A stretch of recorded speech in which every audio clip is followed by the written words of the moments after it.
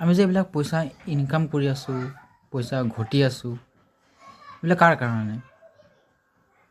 নিজৰ আপোন মানুহবোৰৰ কাৰণে। নিজৰ কাৰণেতো বাদেই দিছোঁ, আমি সংসাৰত যিমান যি সংসাৰখন চলি আছে, সংসাৰত যিবিলাক বস্তু চলি আছে বা মানুহে চলাই আছে, সকলো চলি আছে একমাত্ৰ আপোন মানুহবোৰৰ কাৰণে, পইচাৰ কাৰণে। সেই পইচা আনি আমি আপোন মানুহবোৰক দিওঁ, নহয় জানো? সংসাৰখনটো সেইকাৰণে চলি আছে।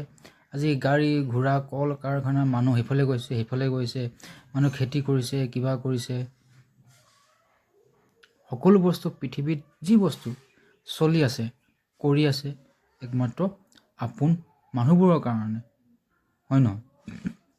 কিন্তু কেতিয়াবা এই আপোন মানুহবোৰে এনেকৈ বিশ্বাসঘাতক কৰি দিয়ে, আপুনি কল্পনা কৰিব নোৱাৰিব।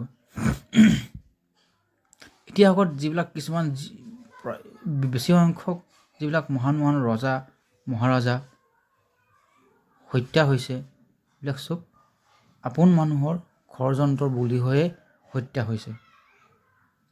কেতিয়াবা আপোন মানুহবোৰকো বিশ্বাস কৰিবলৈ টান হৈ যায়। সকলো সময়তে আপোন মানুহক বিশ্বাস কৰিব তেনেকুৱা কোনো কথা নাই। কেতিয়াবা বেলেগ পৰৰ মানুহকো বিশ্বাস কৰি চাব, পৰৰ মানুহকো কিবা সহায় কৰি চাব, দি চাব। অকল যে আমি নিজৰ আপোন মানুহবোৰৰ কাৰণে যে সকলো কৰিব লাগে তেনেকুৱা একো কথা নহয়। আমি সংসাৰখনৰ কৰাৰ কাৰণেও কৰিব লাগিব, প্ৰকৃতিৰ কাৰণেও কৰিব লাগিব, জীৱ জন্তুৰ কাৰণেও কৰিব লাগিব, দুখীয়াক সহায় কৰিব লাগিব। আৰু সকলো ক্ষেত্ৰত আপোন মানুহ, আপোন মোৰ নিজৰ সেনেকৈ নাথাকিব।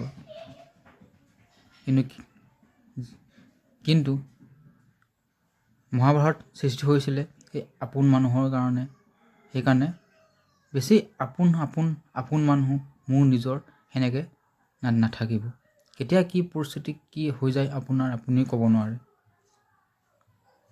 সেইকাৰণে